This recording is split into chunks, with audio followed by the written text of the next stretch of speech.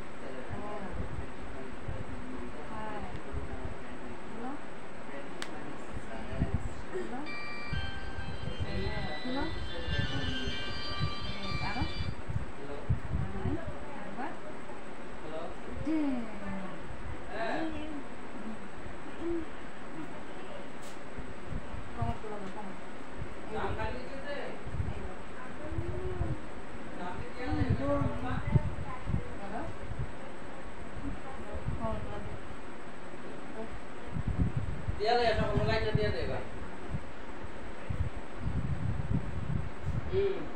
দিয়া দে আগের টাকা কই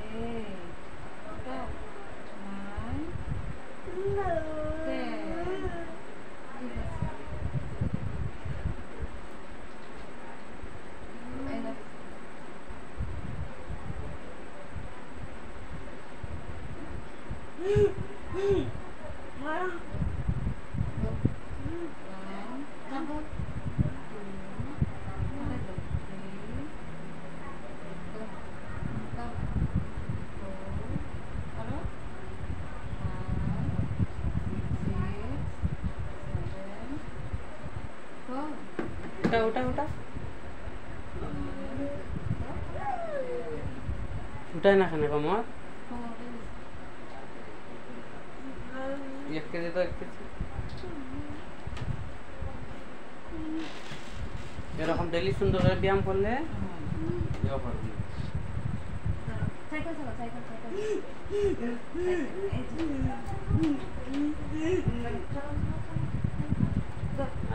আস্তে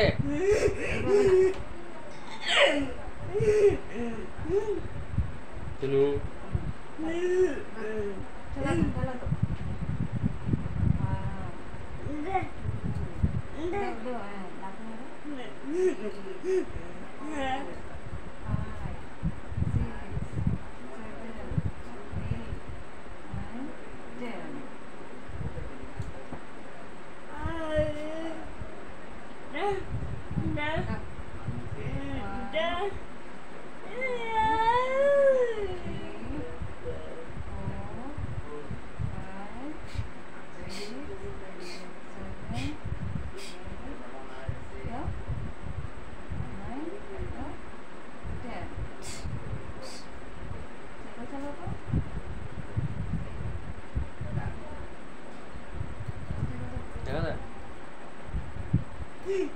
আস্তে